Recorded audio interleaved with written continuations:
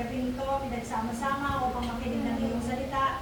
Salamat sa buhay ng mga kapatiran na nandito. Samahan mo nga po kami, samahan kami ng banal ng Espiritu sa gabi nito, Panginoon. At ikaw po, banal na Espiritu, magpaunawa sa amin ng mensahe ngayong gabi. Anoint our ear, Panginoon, sa aming pagkikinig, at ganoon din po ang aking bibig sa pag-share ko ng iyong salita. Salamat, Ama, sa inyong pagpulit at salamat ng nakita in Jesus' name. Amen. So, magkwentuhan na lang tayo. Gusto nyo kwento? Amen. Nahulaan nyo na ba kung ano ang aking topic na yung gabi? Basahin nyo yung aking verse. Kuya, paki-flash mo yung verse ko. O, basahin natin sabay-sabay. Ganito ang isinagot ni Yahweh. Kung manumbalik ka at tatapin kita, at muli kitang gagawing lingkod ko.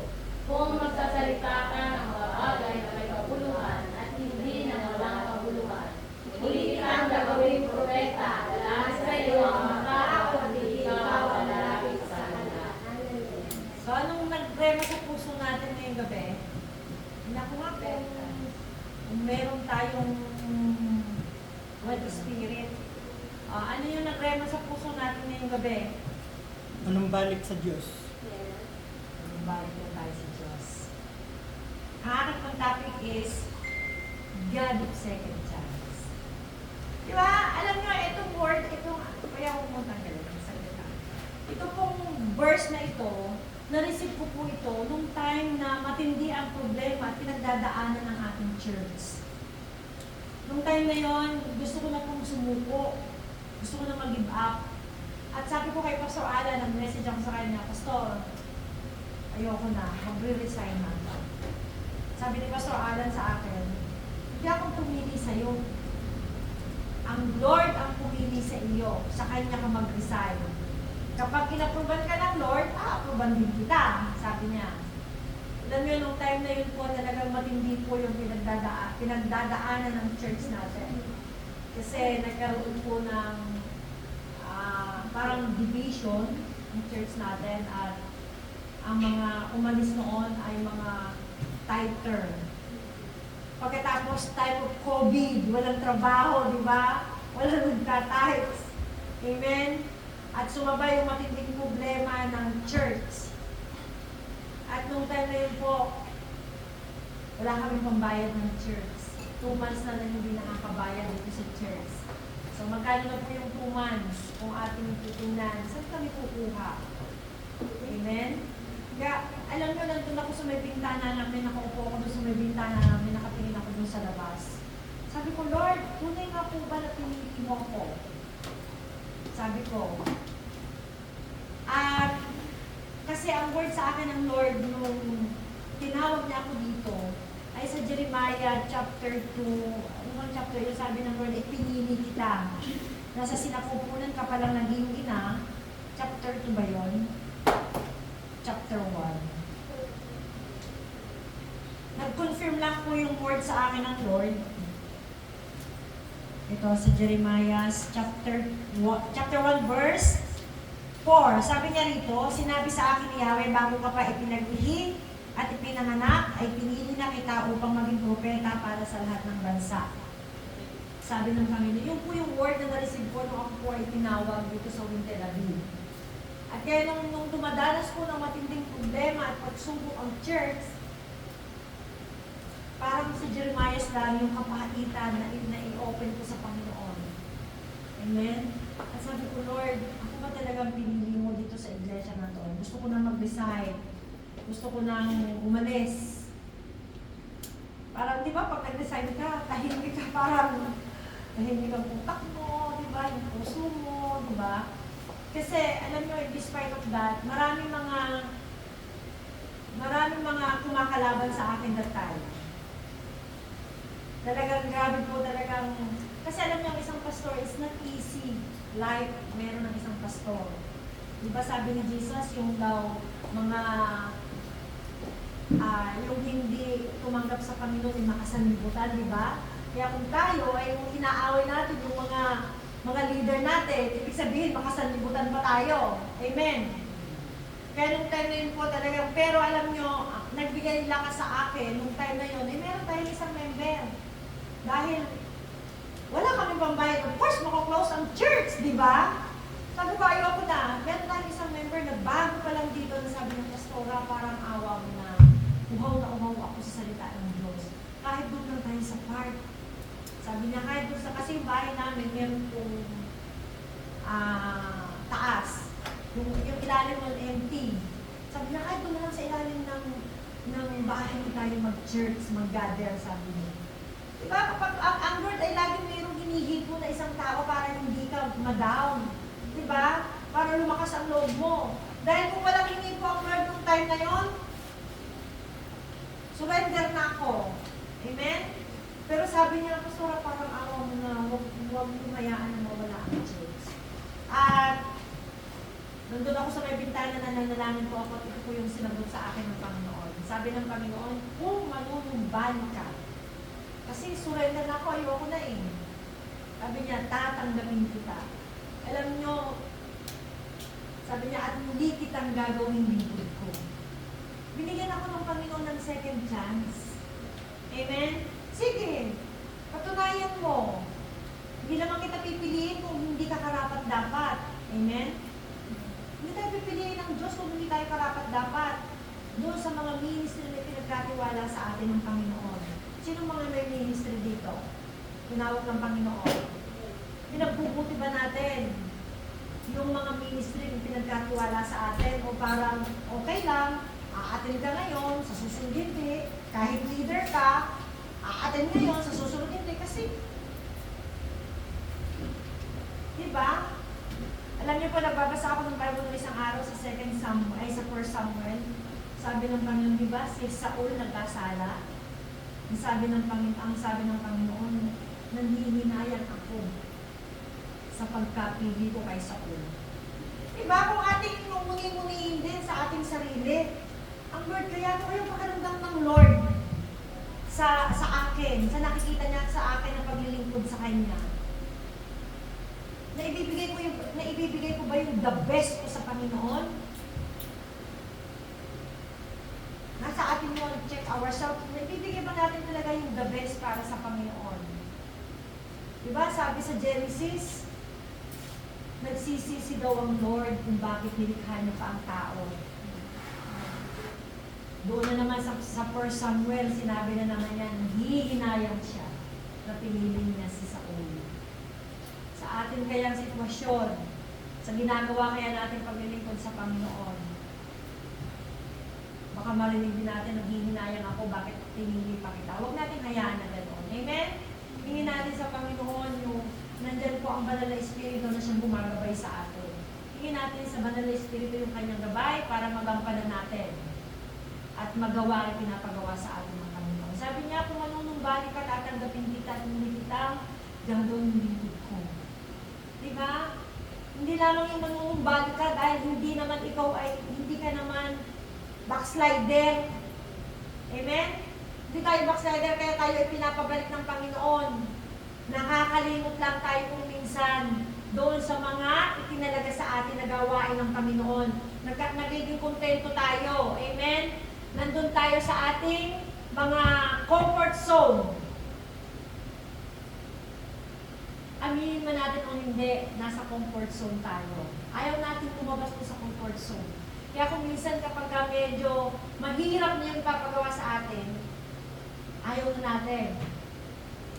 Kailangan natin lumabas sa comfort zone natin dahil baka mapagaya tayo kay Jonah. Diba alam natin yung istorya ni Jonah? At ang ating pag-uusapan ay patungkol ulit kay Jonah. Kung nakaraan ang ating pinag-usapan ay chapter 1 ng Jonas. Kung paano si Jonas tumakbo sa responsibilidad sa pinapagawa sa kanya ng Panginoon. Amen? Hindi natin matatakasan ng Panginoon.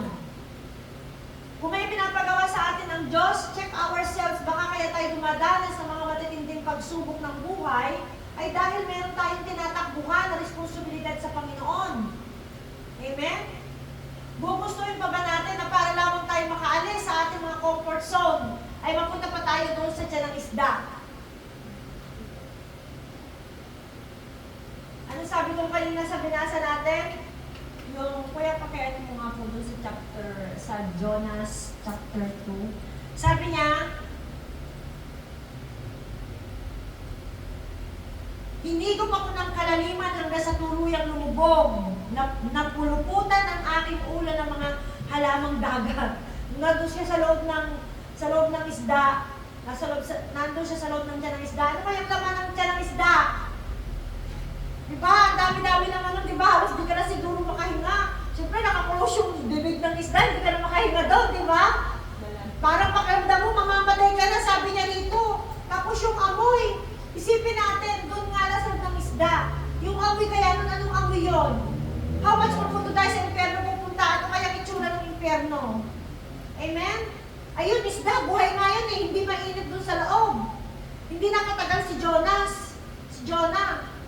Nanalangin na siya, di ba? Sabi niya, hinigop ako ng kalaliman hanggang sa tuluyang lumubog. Napuluputan ang aking ulo ng mga halamang dagat. Huwag na natin hintayin na ganun ang mangyari sa atin. Amen? So ngayon po ang panawagan ng Panginoon, I will give you second chance, third chance, fourth chance, five chance, 100 chance. Alam niyo po ba na yung pagiging born again ninyo ay second chance na natin sa Panginoon, sa pagkatawag niya sa atin? At yung ngayon, nandito tayo na tayo naglilingkod sa Panginoon, is another chance na binigay sa atin ng Panginoon. Kasi hindi ka tatawagin ng Panginoon kung hindi ka niya nakikita kung sino ka. Amen? Ang sa tingin mo lamang na ikaw ay walang anak, pero ang tingin sa'yo ng Lord, ikaw ay marunong, ikaw ay matalino. Amen? Kung sa tingin mo ikaw ay bobo, ang tingin sa'yo ng Panginoon ay matalino. Amen? Akala mo lang hindi ka marunong magsalita, pero ang tingin sa'yo ng Panginoon, ang galing-galing mong magsalita. Amen? Kaya salamat doon sa second chance na ibinigay ng Panginoon. Sabi niya sa Jonah 3 verse 1 and 2, muling sinabi ni Yahweh kay Jonas, pumunta ka sa lungsod ng Ninive at ipahayag mo ang mga ipinapasabi ko sa iyo. Diba? Pinapupunta. Kasi alam niyo bakit? Si Jonas, noong mga time na yon, kapag tayo ay tumakbo sa pinapagawa sa atin ng Panginoon, diba nararanasan natin ang mga matitinding problema at pagsubok ng ating buhay. Amen?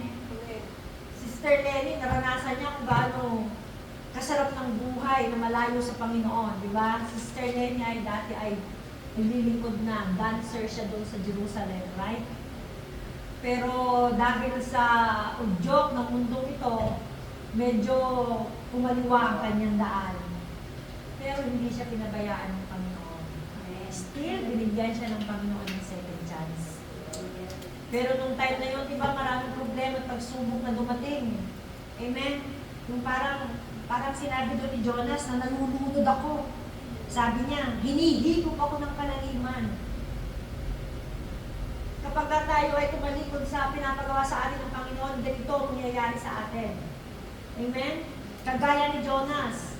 At dumating sa point na, di ba, alam natin yung istorya ni Jonas, na pagkatapos na yung barko, humangin, nagkaroon ng lindo and ng storm, at sabi ni Jonas, sabi ng mga tao doon, sino? Sino ang may kasalanan dito? Sabi ni Jonas, ako. Bakit? Kasi may pinapagawa ang Panginoon, ako ay tumakbo. Sabi ng Lord kay Jonas, pumunta ka doon sa mga Hamas. Magpahayag ka ng salita ng Diyos sa kanila. Diba? Kasi gugunawin ko na yon, yung Ninive. Sabi ni Jonas, bakit ako pupunta doon? Mga Hamas na yun. Nilalagay nga nila sa oven yung mga bata, di ba? Pinapatay nga nila yung mga walang muwang. Nire-rape yung mga kababae. Ba't ako pupunta doon? At instead na pumunta siya doon sa Ninive, siya ay pumunta doon sa kanyang comfort zone. Sabi dito, masarap ang buhay ko. Bakit ako pupunta doon? Amen? Pero hindi natin matatakasan ang calling natin sa Panginoon. Ano nangyari kay Jonas? Nung siya nandun na sa barko, di ba, nagkaroon ng storm. Niliglig yung barko, hindi ka lalabas dyan. Ha? Pati yung mga kasama mo, madadamay. Imagine mo, pag hindi ka sumunod sa Panginoon, yung mga katabi mo sa upuan, ang mga kaibigan mo, pamilya mo, madadamay sa pagliglig sa inang Lord. Tatanggalin ka doon, bubulutin ka ng Panginoon sa iyong comfort zone. At may mga madadamay pa. Gusto ba natin na yun na may madamay pa? Para lamang tayo matanggal doon sa comfort zone natin? Kagaya ni Jonas. Kaya sabi ni Jonas, okay! Ako na, itapon niyo ako. Ako may kasalanan. Huwag na kayo magpalabunutan pa. Di ba? Kasi nung unang panahon, magpapalabunutan kung sino yung may kasalanan. Kaya sabi, ako na! At itinapon siya. Pagbagsak niya doon sa tubig, nakanganga na yung whale. At pagbagsak niya, diretso siya doon sa loob ng whale. Amen? Sabi ng Lord, gusto mo pa, papuntahin kita dito. Sige, lagay kita doon sa loob ng isda, ng tiyan ng isda. Tingnan ko kung hindi ka hihingi ng tawad at sasabihin mo, Lord, surrender! I surrender! Susunod na ako. Diba sa Jonas, sabi niya sa chapter 2, habang si Jonas ay nasa tiyan ng isda, nanalangin siya ng ganito, Yahweh, nang ako'y nasa kagipitan, nanalangin ako sa inyo at sinagot ninyo ako. Mula sa daigdig ng mga patay, ako'y tumawag sa inyo at dininig ninyo ako. Sabi niya, daigdig ng mga patay. Ang tingin niya doon sa tiyan ng isda ay daigdig daw ng mga patay. Natural! Nasa loob kayo ng isda eh. Di parang nga nandun sa daigdig ng mga patay. Wala kang kasama doon, baka may mga bulati doon na kasama. Di ba? Yung mga nilulol ng mga isda na nandoon. Hindi natin alam kung anong laman ng bitukan ng isda. Kaya ang tawag ni Jonas doon ay daigdig ng mga patay. At kapag tayo ay nakasalamuha, kapag hindi natin ginawa ang ipinapagawa ng Panginoon, imagine mo yung mga tao na nasa daigdig ng mga patay. Sino yung mga tao na yun? Yung mga taong walang Jesus sa puso. Yung mga tao na hindi pa kumikilala sa Panginoon. Ang tawag doon ay mga patay sa pananampalataya. At doon tayo sinesend ng Lord. Yun ang pinapaabot sa atin ng Panginoon. Amen? Pero tayo naman, ay mas gusto ko dito na lang ako sa loob kasi meron kaming prayer meeting, meron kaming practice, di ba? Kayo na lang ang humayo. Eh kung ikaw ang pinili ng Lord, amen? Tatanggi ka ba? Sabi niya sa iyo, Jenalyn, pumunta ka doon sa mga Hamas. Tandaan natin, kapag tayo ay sinubo ng Panginoon, andun ang covering ng Panginoon sa atin. Amen. Hindi niya tayo pababayaan. Pangako yan ng Panginoon. Hindi kita iiwanan, hindi kita pababayaan. I will be with you until the end of... Diba?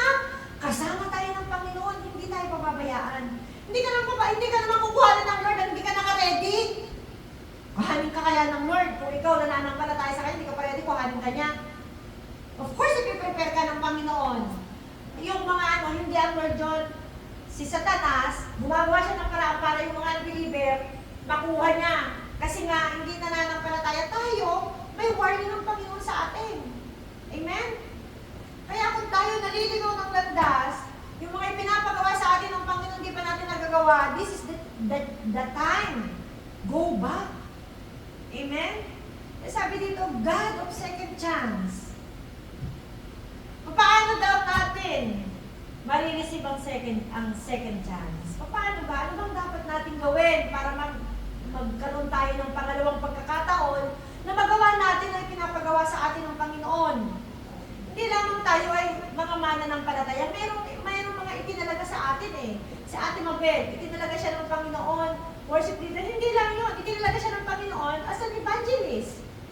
Nung bago-bago pa lang ang church na ito, nandiyan siya sa harap ko. Mga Nepal. Hindi lang mga Pilipino, binibigyan niya ng mga tracts. At yun ay naka-record. Kaya lang nang nanlalamig na siya ngayon. Nanlalamig na, hindi na siya umangayon. Dati alam nyo, napakarami niyang na-print ng mga flyers. Pag pumupunta siya sa dagat, kung saan pupunta, may mga dala. Pumupunta siya ng takal na, may mga dala siyang flyers. Kaya lang, ay nanlalamig na ngayon. Kaya sabi ng Panginoon, anak, Kuya, pakipatlas nga po. Ano daw ang kailangan natin gawin para ma-receive natin ang second chance? Sabi niya rito, repent. How to receive second chance? Repent and come back to God. Di ba? Sabi sa Mateo 11:28, lumapit kayo sa akin. Bumalik kayo sa akin. Kayong lahat na nahihirapan at lubang nabibigatan sa inyong pasanin at kayo bibigyan ko ng kapahingahan. Bakit sinabi ng Panginoon na bumalik kayo sa akin? Hindi tayo makabalik dahil ang dami nating dala-dala sa sarili natin. Amen? Ang dami nating alalahanin kahit ay mga Kristiyano na. Nandito tayo lagi sa church every week. Pero deep inside our heart, marami tayong alalahanin. Marami tayong dala-dala. Kaya sabi ng Panginoon, para makabalik tayo sa Kanya, magsisi tayo at lumapit sa Kanya. Kagaya ng ginawa ni Jonas. Di ba sa chapter 2, sabi niya, habang si Jonas ay nasa tiyan ng isda, nanalangin siya. Come back to me. Sabi ng Panginoon, nahihirapan ka? Come. Ang Panginoon lagi nakaganyan sa atin, anak, come. Lumapit ka sa akin. Kung minsan pag tayo may mga pinagdadaanan, hindi tayo sa Lord unang lumalapit. Sa kapitbahay daw. Sa mga kaibigan. Marami tayong problema. Doon agad tayo magsusumbong sa kaibigan natin. Amen? Ang Lord nandyan, nag-aanyaya palagi. Come to me. Lumapit kayo sa akin. Kayong lahat na nahihirapan at lubhang nabibigatan. Nabibigatan na ba tayo? Bakit tayo nabibigatan? Kasi nasa comfort zone tayo.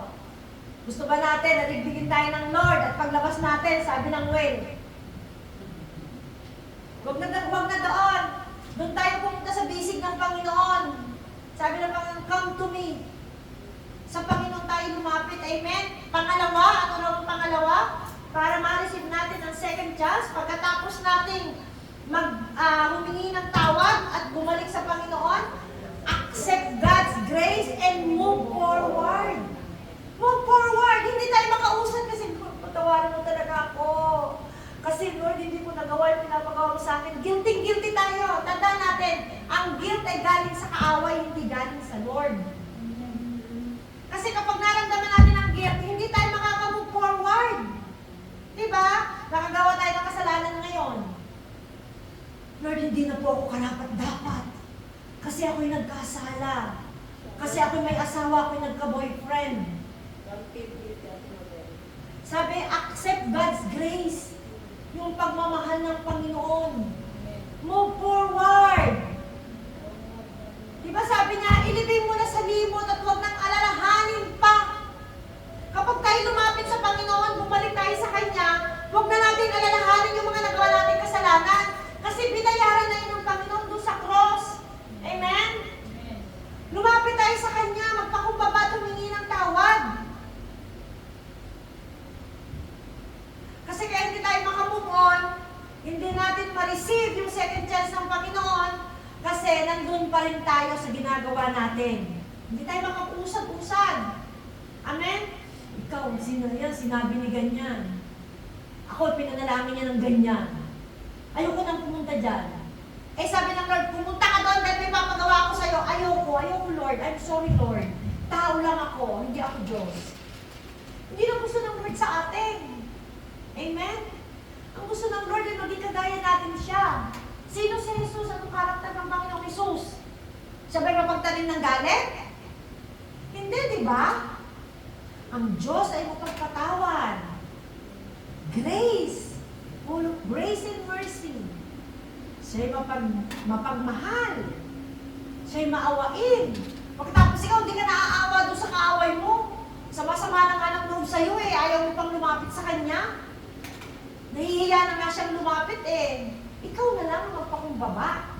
Kahit wala kang kasalanan, kung nagkaroon ka ng conflict sa kapatid mo, ikaw na lang ang lumapit. Kasi bakit? Para makita sa iyo si Kristo. Amen. Kasi si Kristo hindi siya ma-pride. Sino ma-pride? Si Satanas. Anak tayo ni? Sino anak ni Satanas? Yung ma-pride. Kasi si Satanas, si Lucifer, kaya bumagsak dahil sa kanyang pride. Kaya pagka meron tayong fried chicken, nako, delikado yon. Amen? Wala tayong may pagmamalaki.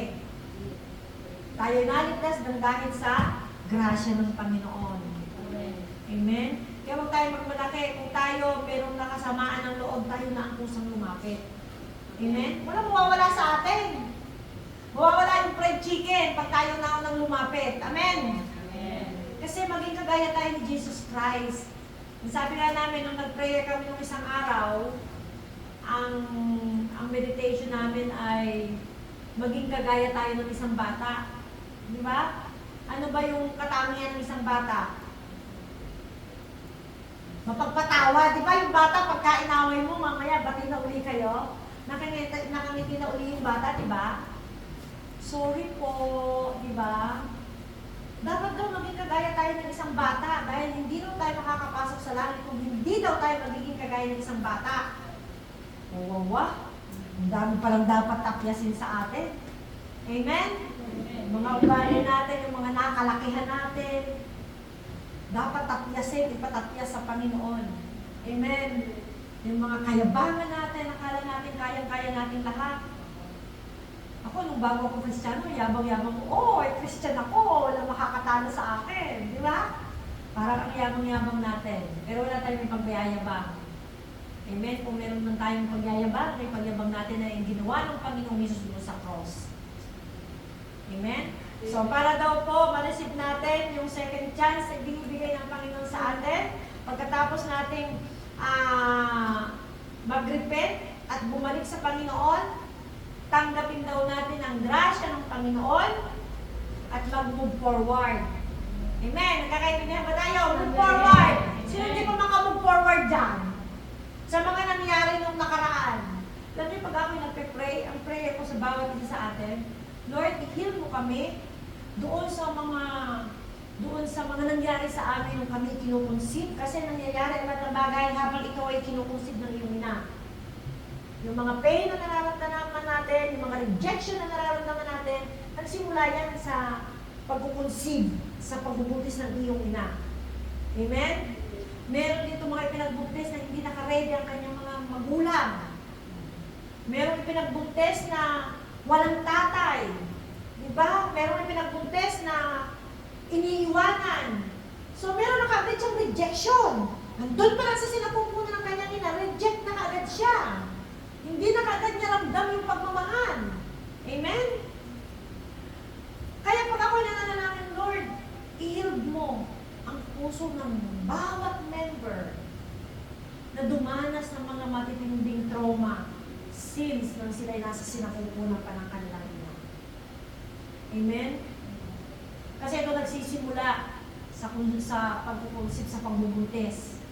Hanggang sa unti-unti yun, habang lumalaki tayo, nadadagdagan yung pain ng puso natin. Hanggang sa dumating sa point na yung puso natin nagkaroon na ng kalyo. Tumigas na. Amen? Kaya pag tayo mananalangin, ipanalangin natin yung panahon nung tayo pinagbuntis ng nanay natin hanggang sa ngayon. Amen? So sabi po doon, number 3, pagkatapos daw nating tanggapin ang accept God's grace and move forward. Number 3, embrace God's plan and purpose. Para tayo muling makabalik sa Kanya, yakapin daw natin yung plano ng Panginoon at layunin niya sa ating buhay. Amen?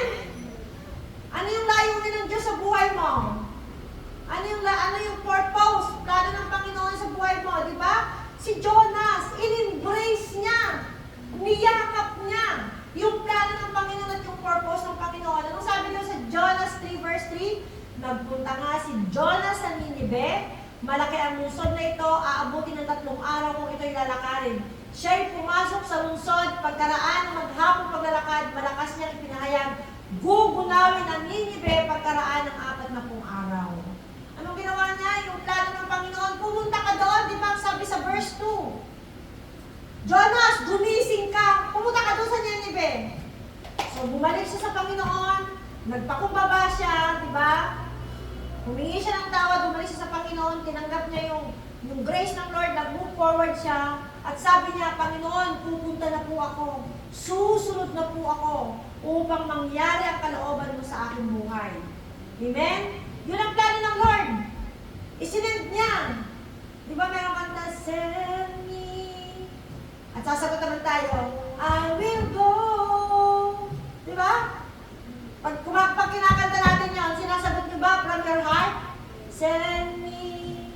Naging ano natin yun. Yun ang ating naging anniversary theme natin yun. Send me, I will go. Diba? Sinong aking isusugo? Whom shall I send? Sabi kay Isaiah, sabi ni Isaiah, here I am, Lord, send me. Kaya sabi ni Jonas, okay Lord, pupunta na ako doon sa Nineveh. At sumunod si Jonas. In-embrace niya yung plano ng Panginoon. At yung layunin ng Diyos sa kanyang buhay. Amen? Sabi niya po, at ano nangyari nung sumunod si Jonas? Imagine niyo po dito, si Jonas, nung sumunod si Jonas, grabe ultimong yung hari. Nagdamit daw siya ng sako at umupo doon sa abo. Imagine mo yung hari, mapapasunod mo. Diba? Hari yun. Sino ba si Jonas? It's only a minor prophet. Alam niyo mga minor prophet, yung mga sumulat ng book na mga maliliit lang. Ang mga major prophet yan, sina Jeremiah, sina Daniel, di ba? Si Jonas, ano lang siya? Kumbaga parang hindi siya leader sa church, ordinary. Ordinary member. Di ba kung naisipin natin, Lord, ba't naman ako? Dami-dami man dyan mga leader, gagaling mo. Lord, bakit naman ako napili mo? Sila na lang, Lord, kasi magagaling sila mag-share ng Word of God. Ang dami nilang alam sa Bible, Lord, ako walang alam sa Bible, sila na lang i-send mo. Di ba yun ang matwira natin? Lord, ayaw kong umayo kasi wala akong alam ng salita ng Diyos. Yun ang unang hadlang kung bakit hindi tayo makapag-evangelize. Bakit hindi tayo makapag-share ng Word of God? Ang iniisip natin, wala tayong alam. Pero hindi tayo papabayaan ng Lord. Ipapaalaala sa atin kung ano yung binasa natin na related doon sa sitwasyon na kanyang pinagdadaanan. Amen? Ganun ang banal na espiritu, kaya nga nandiyan ang banal na espiritu eh. Kaya sabi niya doon ni Jonas, okay. So, si Jonas sumigaw lang. Hindi siya nagbahay-bahay. Sumigaw lang siya, oy, gumising kayo mga taga-Nineveh. Gugunawin na ng Diyos ang Nineveh after 40 days. Siguro may dala siyang microphone doon. Naglalakad sa kalsada. Gising! Gising! Ang mga natutulog! Gising ang mga natutulog! At gugunawin na ng Diyos ang Nineveh for 40 days. Pero dahil ang Panginoon ay merong salita kay Jonas, ano po ang nangyari? Nag-repent sila. Kaya kapag ang Lord ay may word sa iyo, huwag kang mangingit na i-share ito kung sino yung nais ng Lord na padalhan ng word na yan. 100% makikinig yan sa iyo. Amen? Huwag natin hayaan na mawala yung conviction ng Lord, ng banal na Espiritu sa atin kapag meron tayong na-receive na Word of God. Disaster ang kasunod niyan.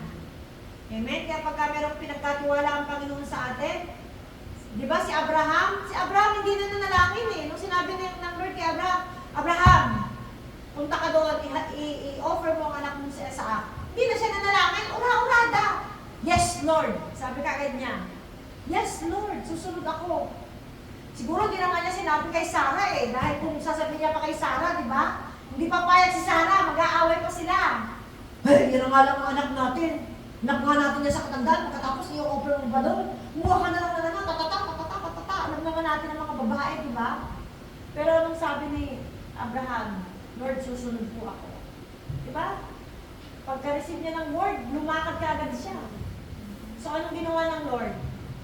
Kaya ang sabi doon ay ito ay this place is a place of provision. Di ba? Ang Lord ang nag-provide.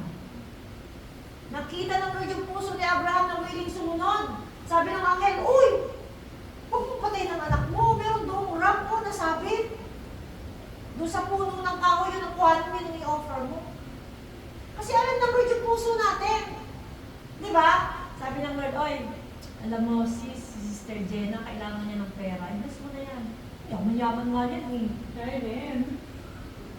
Diba? Huwag na tayong tumanggi kapag nangusap ang Lord sa atin.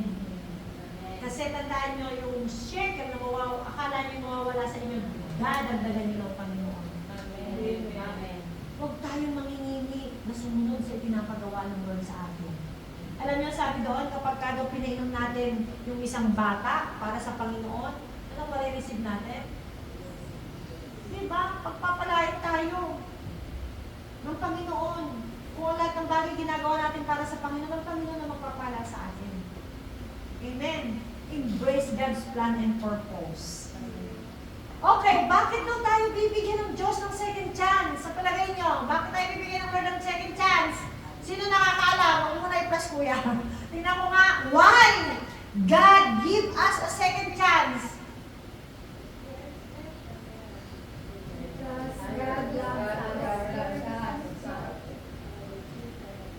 Dahil mahal tayo ng Diyos. Di ba? Bakit tayo bibigyan ng Lord ng second chance? Because of His love and compassion to us. Ang Lord hindi nagsasara ng pintuan na kagaya ng ibang relihiyon na kapag umpisa na ang gawain, nakaklose ang pintuan. Ang Lord hindi. It's always open.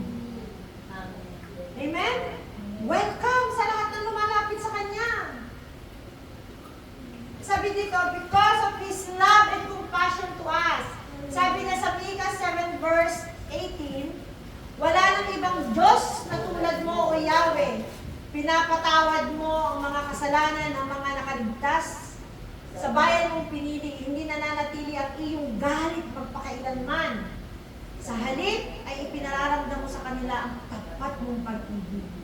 Bakit daw binibigyan tayo ng Lord ng pangalawang pagkakataon? Anong sabi niya doon?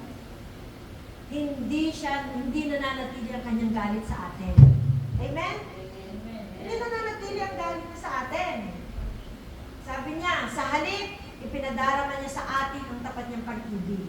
Di ba kung sabi niya sa 1 John 1:9, ano nalagay sa 1 John 1:9? Dapat tandaan ito. 1 John 1:9. Basahin ko kasi, kapag, sabi niya, subalit, kung ipinapahayag natin ang ating mga kasalanan, patatawarin tayo ng Diyos sa mga ito at lilinisin tayo sa lahat ng ating kasalanan. Bakit? Sapagkat siya'y tapat at matuwid. Di ba? Bakit tayo patatawarin? Dahil siya'y tapat at matuwid. Hindi dahil tayo nag-fasting o whatsoever. No! Patatawarin niya tayo dahil siya'y tapat at matuwid. Di ba sabi ng Lord kay Moses? Sabi niya, Moses, hindi ko tutulungan, hindi ko isisave ang mga Israelita dahil sila yung mga pinili ko. Isisave ko sila dahil ako'y mabuting Diyos. Yun ang sabi ng Lord eh. Hindi niya isisave ang Israel dahil sa, di ba, ang lagi sinasabi ng mga Israelita, we are chosen people. Pero sabi ng Lord, hindi dahil sila yung pinili ko. Dahil ako ay mabuting Diyos. Amen? Bakit kasi sabi niya, pinasisikat niya ang araw sa mabubuti at masasama. Pinasisikat niya. Kaya walang pinipili ang Panginoon. Ang mga Hamas, kung sila ay mag-kneel down at humingi ng tawad, sila patatawarin ng Panginoon. Amen? Amen. Malilinis mo yung lahat ng kanyang mga kasalanan. Patatawarin sila. Diba? Kaya patuloy natin ipanalangin yung mga Hamas na yan. Lord, maawat makabag ka sa kanila. Katagpuin mo sila. Alam niyo, pag ako'y nananalangin, dahil kung ang prayer ko, Lord, katagpuin mo sila sa kanilang pagtulong, sa kanilang panaginip. Si Ate B, lagi na akong tinatanong, saan ba't ganyan ang prayer mo? At one night, tinatagpo siya ng Panginoon sa kanyang panaginip habang siya natutulog. Simula noon, sabi niya, naniniwala na ako sa prayer mo. Sabi niya, na-experience ko ang kabutihan ng Panginoon habang ako'y natutulog. Na panaginipan ko siya.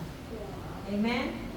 Kanina meron pa akong kausap kasi parang na-down siya dahil doon sa nangyari kay Charlie Kirk. Down na down siya. Tinanong daw niya ang Lord, Lord, bakit mo inalaw? Sabi niya, bakit mo inalaw, Lord? Sabi niya, na mangyari yun. He is the last martyr. Sabi ko, no. Hindi pa siya yung last martyr? Dapat ang prayer doon, Lord, mag-rise up ka pa ng maraming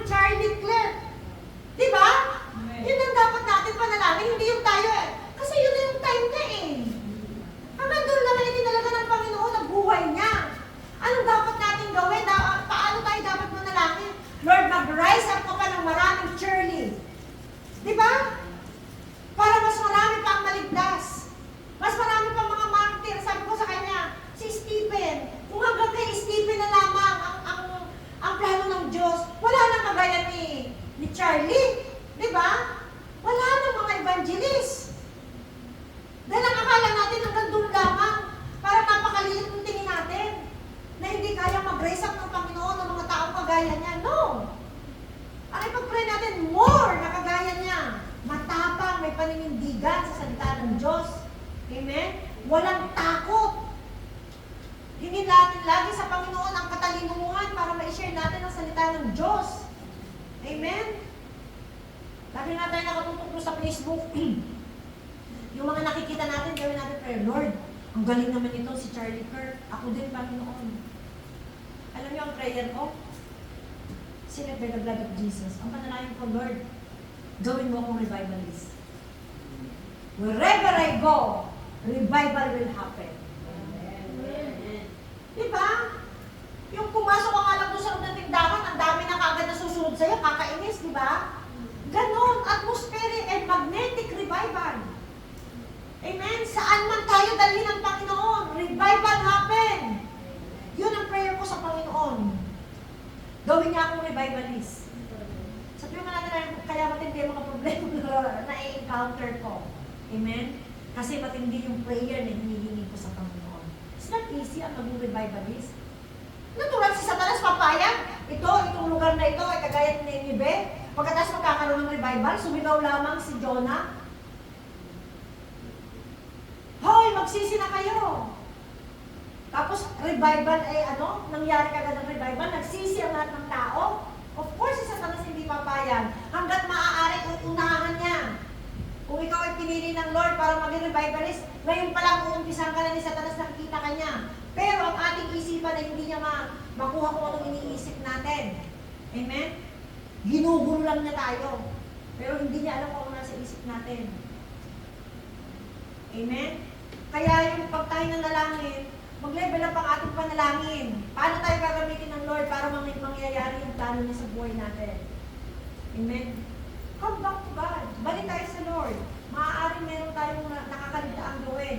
Maaaring yung panalangin natin ay hindi naka-align sa kalooban ng Panginoon. Amen? Tingnan natin yung sarili natin. Lord, ano po yung nakikita mo sa sarili ko? Ipakita mo po sa akin kung ano yung tingin mo sa akin. Basta ako ang tingin ko sa sarili ko, I will be a revivalist in the future. Amen. Ikaw, ano ang tingin ng Diyos sa iyo? Of course, may nakikita ang Diyos sa buhay mo. Hindi ka lamang pasayaw-sayaw ka lang dito na ikaw ay dance. No! Sa bawat pag-indak mo, revival is coming. Sa bawat pag-indak mo, meron na si save. Alam niyo yung isang worship leader ng JIM noon, sa bawat pagkanta niya, healing is coming. Grabe yung mga miracle ng healing na nangyayari kapag siya naglilid ng worship. Why? Nanggaling siya dun sa sitwasyon na yun. Nagkaroon siya ng cancer. Dumating doon sa point na talaga, sabi niya, nung nakikita ko natatanggal na yung mga pilik mata ko, yung ganito, di ba, sa chemo. Tapos sabi niya, hindi ako makapagtrabaho, wala akong pera. Hindi ko alam kung paano makakasurvive. Pero pinagaling siya ng Panginoon, pinakita sa Panginoon, anak, nagsiserve ka sa akin, ano ang pabayaan kita? Grabe ang tumagsa na blessing sa kanya. Kaya sa tuwing siya ay maglilid ng worship, grabe ang revival na nangyayari. Ikaw, hindi mo sabihin na wala akong alam, Lord. Ngayon pa nga lang ako, Lord, lumalago. No! Yung may nakikita ang Diyos sa buhay mo. Hingin mo sa Panginoon, Lord, ano ba yung nakikita mo sa akin? Magkaroon ng fire. Lord, magkaroon ako ng level up. Ma-level up yung aking pananampalataya. Lord, magkaroon ako ng transformation. Amen? Mag-transform tayo, hindi nakaupo lang tayo dito, sayaw-sayaw. Lord, palagi tayo magkaroon ng fire. Wow, I am excited, Lord. Sino man ang makasalubong ko dyan sa daan, Panginoon? Salvation will come. In Jesus' name. Alam nyo, kanina nanggaling kami ng embassy. Hindi ko talaga pinalimpas na wala akong may pag-pray doon sa embassy. Talaga sabi ko, sis, pwede ba ipag-pray ko yung anak mo? Anak mo na. Baka siya, sis, pwede ba ipag-pray kita? Yung anak niya kasi yung anak iyak ng iyak. Dalawa na ipag-pray namin doon. Di ba? Pag tayo, saan na tayo pupunta? Lord, gamitin mo ako doon sa lugar na pupuntahan ko. I declare favor, Panginoon. Lord, yung payang na nasa akin, matransfer doon sa mga makakasalamuhan ko in Jesus' name. Kung ikaw ay worship leader, habang ikaw ay nuwala ka doon, umakanta ka ng worship, matatransfer doon sa mga revival, di ba? Matatransfer doon sa mga makakasalubong mo. One time, may nakasalubong ako dito buntes. Hinipo ko yung kanyang tiyan. Sabi ko, God bless you. Sabi ko, God bless your baby. Tuwa-tuwa siya. Sabi niya, uy, sabi niya, but for the very first time, ikaw pala mga nagsabi ng God bless you sa akin at sa anak ko. Di ba? Makarinig sila ng gano'n, God bless you. Malaking pagpapala na yun. Wala man tayo bibigay sa kanila, malaking pagpapala na yun. Amen. I-desire natin na kagaya ni Stephen, si Peter, isang ganyan, yung kanyang, doon? Yung coat. Di ba? Ano yung power natin? Meron tayo, discover it. Amen? O paano natin? Dahil mahal tayo ng Diyos, madidiscover natin yun sa magandang relasyon natin sa Kanya. Amen? Lagi tayo makapag-usap sa Kanya. Kahit tayo nagtatrabaho, kahit ako nagtatrabaho, minsan ngumingiti ako, sabi ng amo ko, Gigi, meron ka ng boyfriend? Lagi siya nag-aabang ko, ako may boyfriend. Kasi minsan ngingiti-ngiti ako, kasi meron akong earphone. Mama ko nakikinig ako, napapatawa ako, napapangiti ako. Meron kang boyfriend, sabi sa akin. Diba? Kasi nagpipray ako, Lord. Alam niyo, kung minsan ipapakita sa atin ng Lord, kung saan ka nagagamitin, napapangiti ka. Yung sitwasyon mo, diba? Tapos parang down na down ka, pagkatapos ipapakita siya ng Lord na nagsasayaw ka. Alam niyo mga kapatid, ewan ko lang. Siguro may calling ako sa music kasi lagi kong nakikita kami mag-ina ay nasa music. Nagdadram ako. Sabi ko, bakit ko laging nakikita yung gano'n eh? Wala na akong alam kahit mag-aaral ako, hindi ko nga matutunan. Amen? At may word ang Lord sa akin nung last na nagkaroon tayo ng soaking dito. Pero ayokong isiwala kasi ayoko nang maririnig ng kaaway. And I pray it will come to pass. Alam niyo kaya ako umiyak? Yung word ng Lord na 10:30. Hindi ako nakatingin sa relo, nakapikit ako habang ako nagpe-pray at nag-worship sa Lord. Sabi ng Lord, 10:30. Tumingin ako doon sa oras, 10:30 nga. Hindi ko tingin ako ng oras ng time na yun. Sabi ko, Lord, mangyayari ang kalooban mo sa buhay ko. Hindi ko alam kung paano, pero mangyayari ang kalooban ng Panginoon sa buhay ko. Kaya alam niyo, napaka-importante yung relasyon natin sa Panginoon.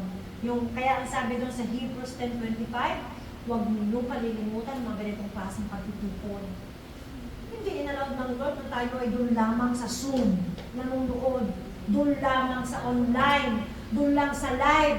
Hindi po. Hindi yung kalooban ng Panginoon. Ang kalooban ng Panginoon yung ganito na magsama-sama tayo.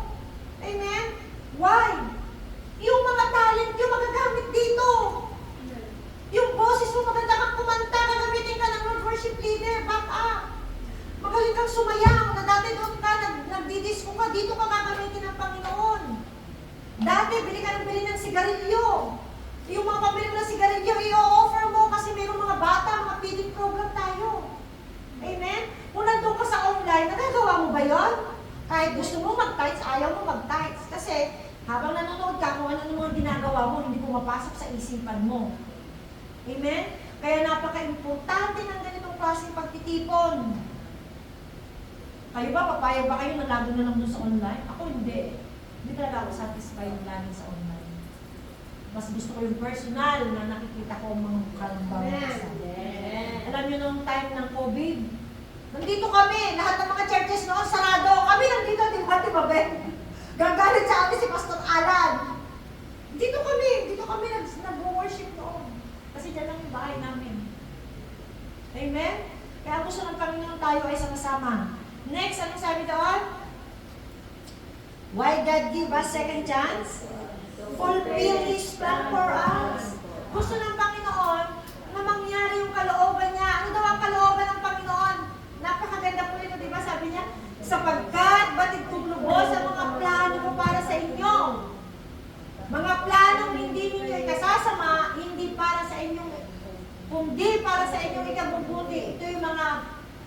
Lalong Mga magdudulot. plano magdudulot sa inyo ng kinabukasan puno-puno ng grabe, di ba?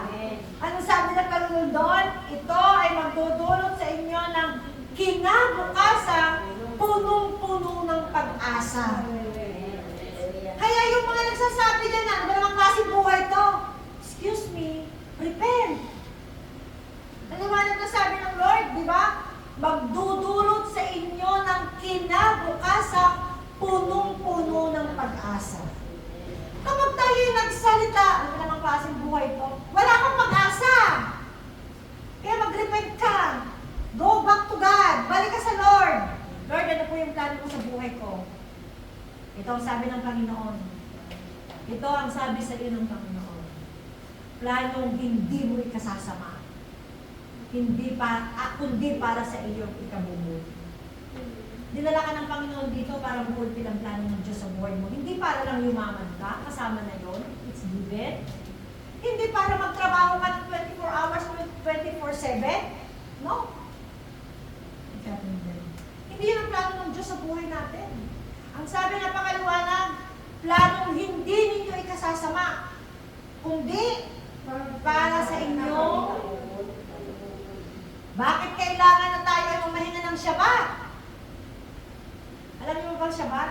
Di ba sabi sa New Testament, si Jesus ay siya yung Shabbat, di ba? Gusto ng Lord mag-rest tayo sa Kanya. Di ba pagka Shabbat, yung presence of mind, oh, wala akong naririnig na bunganga ng amo ko. Lagi ba ako di Gigi, di ba? Sabi niya, Gigi, pwede bang Friday? No. Hindi pa siya tapos magsalita, no. Friday is my day for the church. Saturday is for my rest day. Sabi ko sa amo ko. Alam niyo, amo ko, pag nandun ako sa bahay, wala na yung parang matanda yun. Gigi, hindi ba yun masiyahan pag umalis pa yun? Tatawag pa yun sa telepono.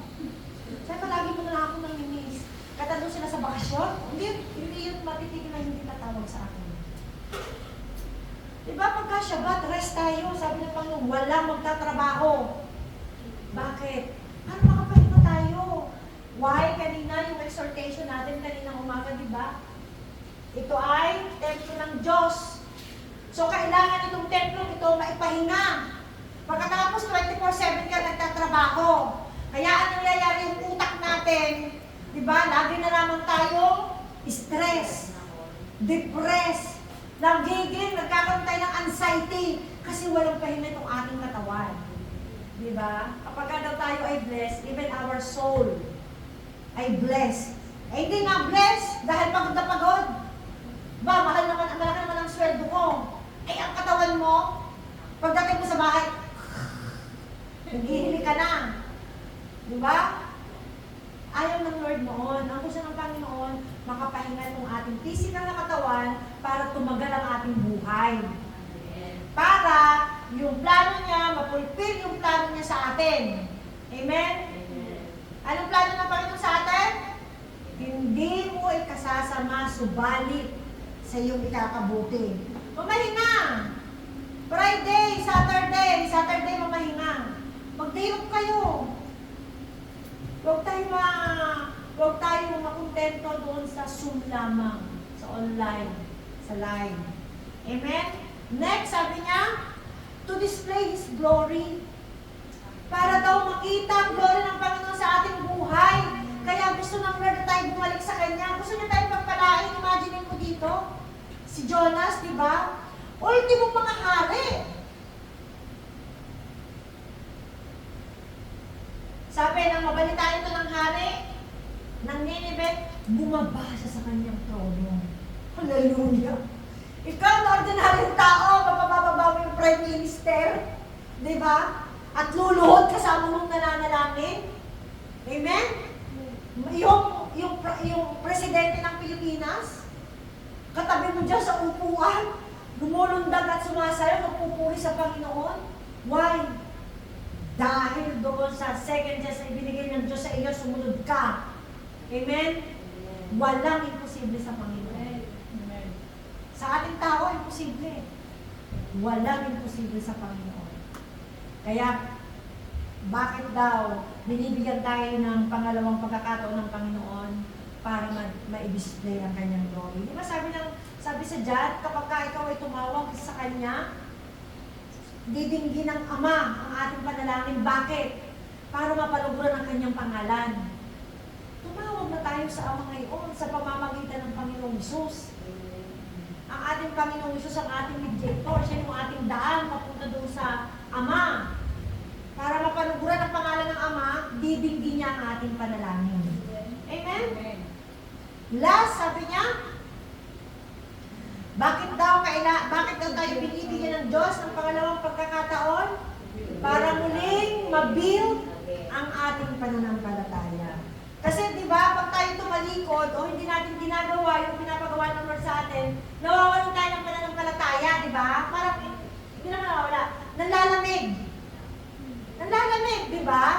Kung ano-ano na tuloy ang ginagawa natin, pagkatapos para bagang, sasagutin kaya ako ng Lord? Magagawa ko kaya yun? Di ba? Kaya ko kayang sumayaw dito, sabi ko sa mga dancer. Sa mga inatinan pong mga anniversary, ang mga pastora ay nagsasayaw at kumakanta. Ayoko ng kanta kasi hindi naman talaga ako sa kanta. Nung ako'y maliit, lagi ako kasali sa sayaw. Why not now, di ba? Kahit na matanda na ako, kaya kong sumayaw. Di ba? Para ma-build ulit yung aking faith. Ayaw kong isipin na hindi ko kaya. Ayaw kong isipin ng gano'n. Sabi ko, Lord, dito muna. Gusto kong mag-aral ng music. Sabi ko, Lord, di-at. Dito muna ako, sasayaw muna ako sa anniversary. Amen? Kasi syempre, ang utak ko nakafocus pa dun sa anniversary natin, sa mga dapat gawin. Pagka ako'y nag-aaral ng music, sasabay ako ng pag-aaral ng music, ng organ, baka hindi ko kayanin. Amen? So, sabi ko, liat-liat muna. So, to build our faith again, sabi doon. Kaya tayo binibigyan ng Panginoon ng second chance para muling ma-lift up ang ating pananampalataya. Amen? Kasi kung minsan ay nakakatulog ang ating pananampalataya. Amen? So meron ba tayong natutunan ngayong gabi? Amen. So ano ba yung mga natutunan natin gabi? How to receive second chance? Repent and come back to God. Pangalawa, ano daw? Move forward. Pangatlo, ano? Embrace God's plan and purpose. At sabi niya, bakit tayo bibigyan ng pangalawang pagkakataon ng Panginoon? Dahil mahal niya tayo, para mangyari ang kanyang kalooban sa ating buhay, at para makita ang kanyang glory, at para muling mabuild ang faith. Pwede ba natin i-apply yun? Amen. Sino yung mga may calling na hindi sinusunod? Hindi ginagawa ang katawagan ng Panginoon? Taas ang kamay. Amen. Si Ate Babel tatawa-tawa. Go back, Ate Babel. Marami dyan mga flyers na kailangan natin ipamigay. Sino pa? May mga calling ng Lord dito na hindi nagagawa. Hindi yun nawawala. Amen. Nakatatak na yon sa Panginoon. Amen. Kaya go back. Yung napag-aralan natin ngayon, go back. Meron tayong mga kapatiran na nanghihina. Meron tayong mga kapatiran na wala na hindi na nagsa-church. Mananamin tayo, Lord, paano ko aabutin ang taong ito? Lord, meron ka po bang word para sa kanya? Use me, Panginoon, para muling mag-build ang kanyang pananampalataya. Para muling magkaroon siya ng self-confidence. Para matanggal yung hiya niya. Kasi meron tayong mga kapatiran na naghihiya ng bumalik dito. Ipanalangin natin sa Panginoon. Amen? Abutin natin sila. Share natin sila ng word of encouragement. Huwag naman yung, talaga, dapat lang na umalis ka na nga doon kasi si Pastor Robin, huwag naman gayon. Amen? Pagka gano'n na, hindi. Ganun lang talaga kasi Batanggay niya eh. Kaya, ganun lang si Pastor Batanggay niya kasi yun. Kaya matigas magsalita yun. Amen? Encouragement. Word of encouragement. Hindi natin sa Lord yung word of encouragement. Amen?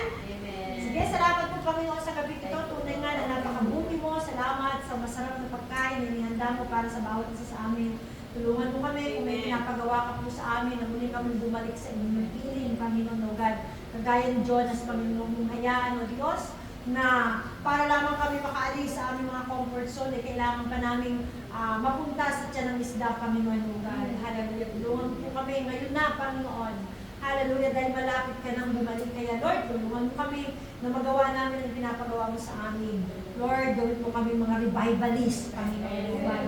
Lord, yung magnetic revival na kapag napadikit sa amin, Panginoon, Lord, at nag-share kami ng word of God, ay tatanggapin ka agad nila si Jesus ng may kagalakan, Panginoon o God, at may pananampalataya. In the mighty name of Jesus. Pagpalain mo po kayo ng bawat isa, at dalayan mo, Panginoon, na lahat ng nahayag na salita mo ngayong gabi, hindi ito mawawala, hindi ito mananakaw, hindi ito malaglag sa matabang lupa, Panginoon. Salamat, Ama, in Jesus' name. Amen.